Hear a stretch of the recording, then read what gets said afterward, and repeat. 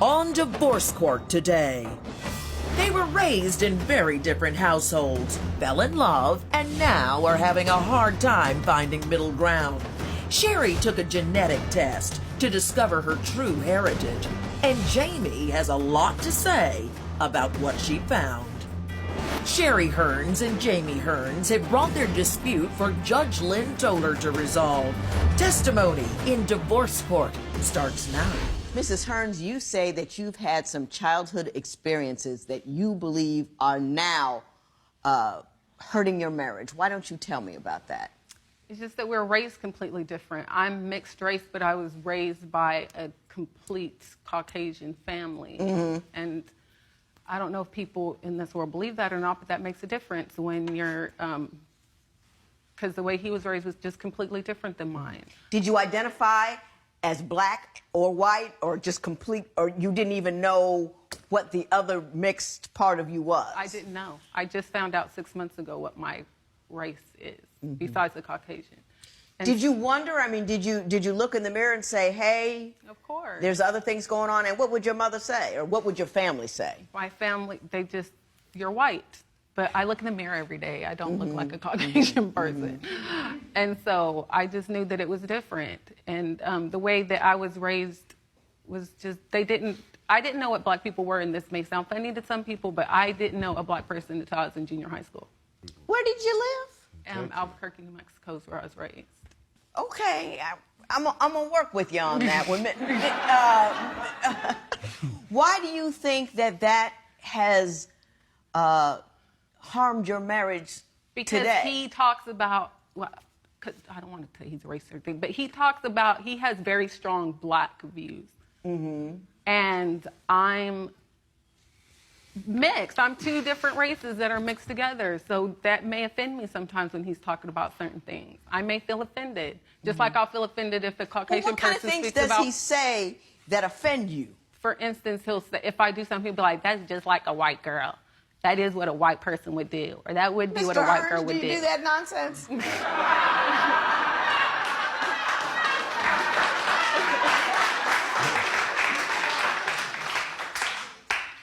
I would say, yeah, but I mean, the things that I'm pointing out, it's kind of obvious that that's what is exclusive. Why don't you list for me some of the obvious white girl actions that your wife does? Like she don't know how to really dance.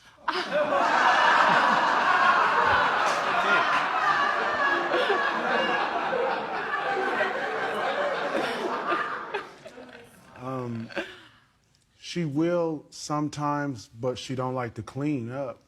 Like, you know, clean up after How herself. is that a white girl thing? Well, because what I'm saying is like, I'm really, because there's nothing really coming to mind just straight off to my head, but I can say like, I mean, you have some people, I would really say that that's all people that they don't, some people just don't want to clean up, but I've known like a lot of, you can go to, I guess, you can go to white folks' house, black folks' house, it don't matter, they're going to be dirty, they're going to be dirty. I guess it really don't matter about your shade when it comes to that. But there are certain things that she does that I would say are exclusive. Just the way that she'll talk about things, like certain way you don't do things around black folks. You just don't do it like that. Can you think of, and I know it's kind of putting you on the spot a little bit, but can you think of one?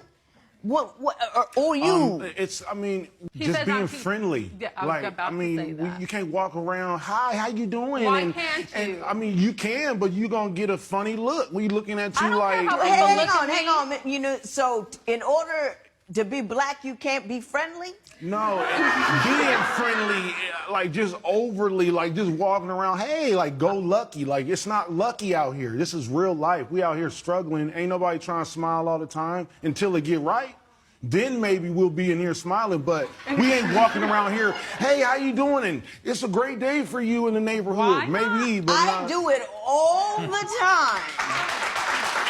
Good for you.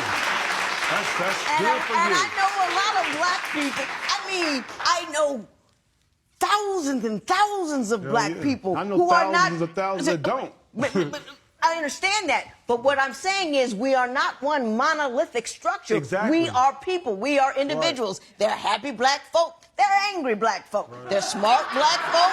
There's confused black folk. I mean, so for you to tag a certain behavior as non-black because it doesn't meet your emotional status is incorrect. I'm just saying you are wrong. Your opinion. No. Oh, no, you're wrong. It's not an opinion. There are different Everybody kinds has of an black opinion. people. We've been fighting all of our lives to be thought of as people and individuals, and now you're telling me that you lose your black card if you smiling and happy. That's absurd. Okay. That's absurd. No. Well, now I'm really must be black now because I'm not smiling anymore. I'm angry. Has my blackness gone up for you? I guess so. That's what you feel. Holy moly. What other things does he say at home about the black and white dichotomy that you find offensive? I guess a lot of things that are going on in the world right now, maybe I don't identify with because I wasn't raised and I didn't have that prejudice against. I did have prejudice against me, but maybe not in the form because he's a black, tall man with locks, and I'm sure that living that life is different than living other lives, especially mine. Mm-hmm. And I don't know that prejudice, but if I can't identify with it, I can't identify with it. I mean, what do you want me to do? But do you seek to understand it and to hear how he feels and why he feels that way? Do you seek to do that? I will listen to him, but if it's all the time, that's not the only thing I want to talk about. So you're talking about race is always an issue for him as opposed to an issue that you sometimes discuss. Right. Next, what serious consequences have Sherry's drinking and infidelity had on her husband, Jamie? If the ink on your marriage license is barely dry, but you're ready to call it quits, call toll-free at 1-877-311-2222 or visit our website at divorcecourt.com. Become a fan at facebook.com/divorcecourt. Couples in crisis, real resolution. Divorce Court continues. Ms. Hearns, you say there's a drinking issue here. There was. Mr. Hearns, is that your belief, or do you believe you still have it? She don't drink. She don't drink no more. She did have a serious drinking problem, though. And how did that affect your marriage, and how was that resolved? The resolve is that she stopped drinking. How it affected our marriage is because there was adultery, and it just messes with you in a messed up way. So. And I know that the drinking has been resolved, but the hurt nevertheless remains. Is that where we are? The hurt remains. The hurt remains. Yeah. Because of the way it transpired, Explain that to me. The first, she cheated on me 3 times total, but 2 times was when she was drinking. Mm-hmm. And so the first time when she did it, it was kind of like a pass. And the second time she did it, it was kind of like a pass, but still I'm recognizing, oh, this is really your lifestyle. And where I come from, that's how that's not hard for me to revert to, is to be a player, a pimp. I grew up around gangster cats and street cats, so I know what it is. So when you come at me and act like that, I'm like, well, then, okay, that's what it is. But then I still care about you. And that's what he did. I care about her, and I did cheat. Because I was out of revenge. Retaliatory cheat.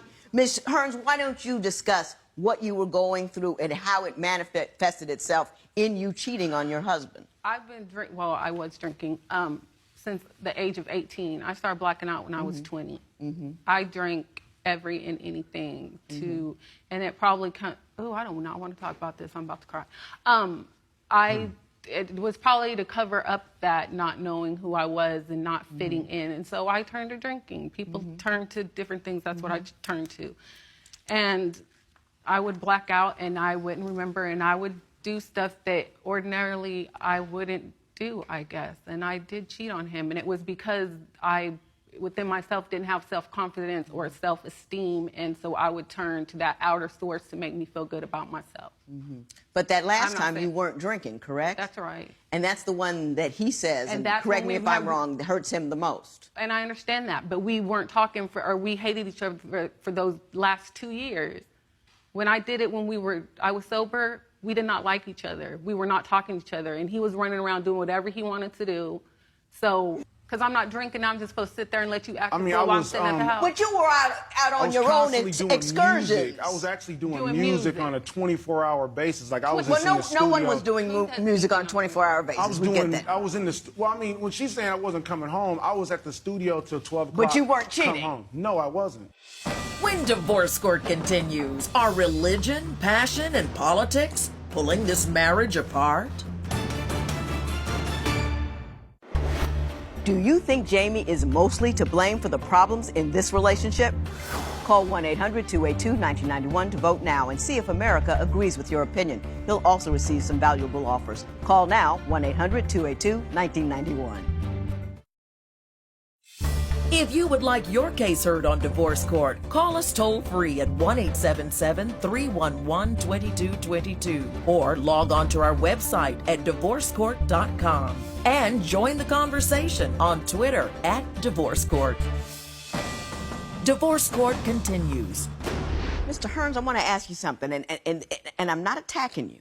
I'm inquiring, because you go into defense mode very quickly, and I want you.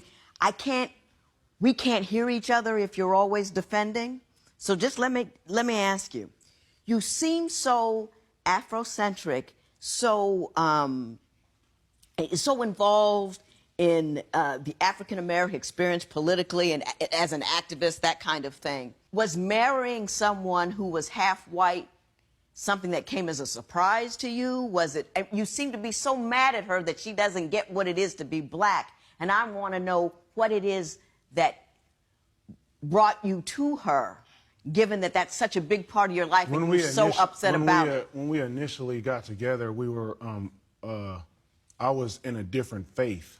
I was walking I was a Christian mind state. I don't have I don't hate European people because they're white. I don't hate them at all. I'm just, when I point something out to you, don't try to act like you don't know what I'm talking about. And when you're talking about with my wife, if I show something to her, she will act like she don't know what I'm talking about. And so, like to go get a job, for instance, if I go to get a job and I go in there to get a job and I tell her, man, you could tell the dude was racist, man.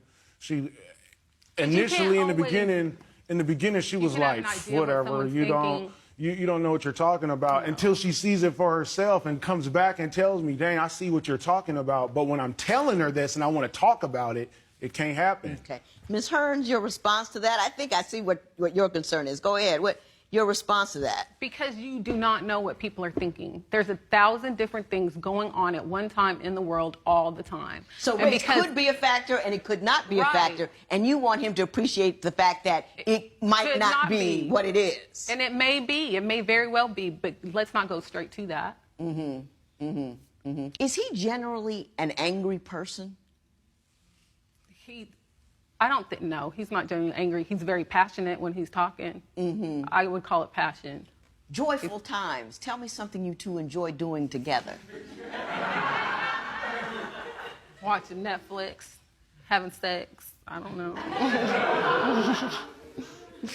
Not all women say that. You should be happy, Mr. Hearns. Smile for me, brother, please. Judge Lynn Toller's ruling next.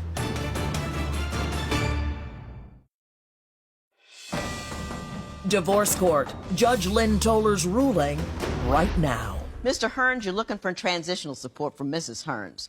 Does she work and you not, or is it the other way around? I just got laid off at my job, but yeah, she works now, and she always has kept her. I always keep a or two. Yeah. Mr. Hearns, do you really want to leave her? Seriously, think about it. Do you really want to leave her? I mean, can you get past? I mean, I think the racial thing is something that you can work through that. I mean, you just need to understand it a little better. But, I mean, have you gotten over the hurt of the cheating? I mean, it's a constant reminder. I mean, it's you constantly are thinking it's a possibility. Right. And I know me, I'm just constantly battling myself because of, I know I can get girls. I can get ladies, man. So you ready to move on? And No, I'm just saying it's a struggle. I'm dealing. I hear that voice. She could be playing on you again. here's the thing, Mr. Hearns, you have to make a decision. But that's both of us, because I say the same thing with him, because I see how girls look at him. And she He's constantly not an ugly tells man. me, she's constantly saying, I'm are very you out there jealous. messing around? And I'm like, Let me tell you people Well, damn. something. Let me tell you people something. You have to decide whether you're going to trust somebody or not, and you got to leave it there. And someone can always cheat on you. I'm away from my husband for days and weeks upon a time. We could always cheat on each other. We can always live some error that has happened. We can we can live in all the negative aspects of life and miss the rest of it. But if she does cheat on you again, what will happen? We'll You'll go our leave. separate ways, right? You'll leave. But until then, don't beat her up with the maybe of it. Either trust her or not. I'm not trying to beat her up, but she's constantly bringing it to me. If you're bringing it to me and you're bringing it to me all the time, I can't but turn around and be like, well, why are you accusing me all the time? And are you doing that? That goes for both of you. The trust thing goes for both of you. Sorry. I'm not bringing it to her. I'm not bringing it to her like that. She brings it to me. Yeah. So I'm like, and I'm telling, that trust comment goes with both of you. Either you're going to trust him. If he cheats on you, he cheats on you, and then you leave. Oh, no, it ain't gonna but be you just don't, he cheated on. You don't beat him up with the possibility that he might, because that will bring about the outcome that you're trying to avoid. So you've got to trust yourself enough to know, hey, if he does roll, if he does cheat, I'm going to be fine. Right. Or else leave now. One of the two. Don't beat each other up with the maybe of it. Trust and move on, or move away from one another. If I leave, I got to pay him $3,000. I don't know. I haven't got to that part yet. Now, why do you say she owes you $3,000 in transitional support? Has she been the primary breadwinner in your relationship throughout? Well, when we first got married, we were both working. Just this last year has been kind of rough, going from being assistant manager to not going and being in temporary services and playing that temporary service joke game. But I'm just, I can't say anything about her working, because she does work, but the way that she does with the money is the problem, because I know how to balance the money of what we got. And she wants ice cream. You know what? You know what, guys? I don't think you're done. I think we're fighting over things that we're not supposed to be fighting over here. I really do, because if you were really done, you wouldn't be worried about the money and the this and the that and the other thing, I think. I would love to spend like 2 hours and just talk to you, Mr. Hearns. I really would. I think you could benefit from my perspective. I really do, because, you're damning yourself with the actions of others. You know what I mean? No, you don't, but that's okay. I'm 56 years old. She's the only woman I'll let you give her your phone number, so she can talk to you. Oh, I don't want to talk to her that badly. Please, let's not get it confused. Listen, I'm going to have you two talk to my counselor, and she's going to recommend some other counselors for you, because I think you're two good people. Both you've got issues about your mama and your daddy and your whoever and this, ever, and you got issues about anger in general. You feel attacked and abused, and some of it's real, a lot of it's real, but you got to decide if you're going to let it run your life or not. And it's running your life, and you can decide not to allow. I mean, my father was born in 1919. He didn't let it run his life. You know what I mean? He didn't.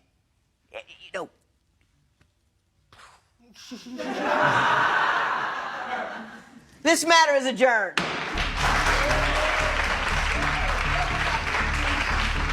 Sherry and Jamie truly appreciate the judge's ruling and are working to rekindle their romance. Post a comment or submit your case at divorcecourt.com or call toll-free 1-877-311-2222. Follow us on Facebook and Twitter at Divorce Court.